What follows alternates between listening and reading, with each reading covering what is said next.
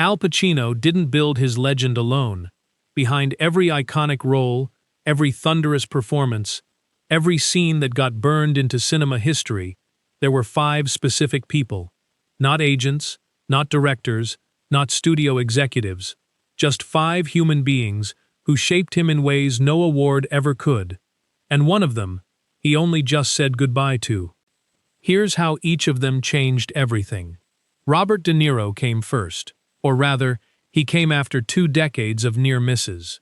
Both men appeared in The Godfather Part 2 in 1974, yet their characters never shared a single frame.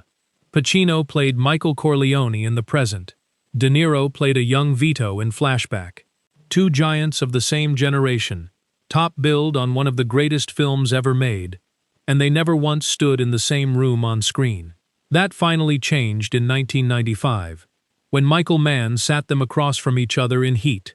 6 minutes in a real Los Angeles diner that film schools have been dissecting ever since. De Niro made one unusual request before the cameras rolled: no rehearsals. Pacino had his doubts, but later admitted De Niro was completely right.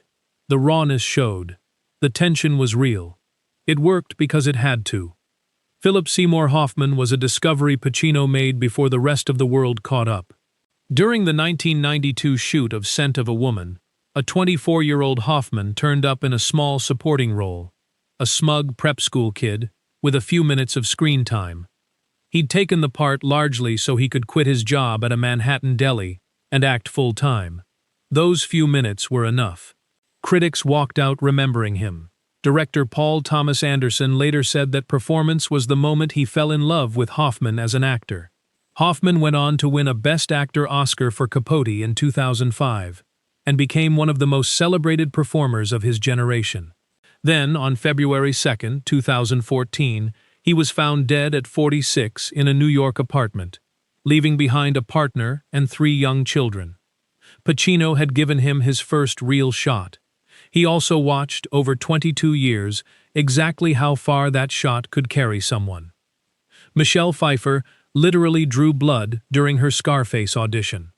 After 2 months of increasingly shaky screen tests for the role of Elvira Hancock, she walked in convinced she had nothing left to lose, and threw a dish across the set with everything she had. The scene ended. Blood was on the floor. It was Pacino's hand. According to Pfeiffer, that was the turning point. He finally believed in her. The film became a breakthrough for both of them.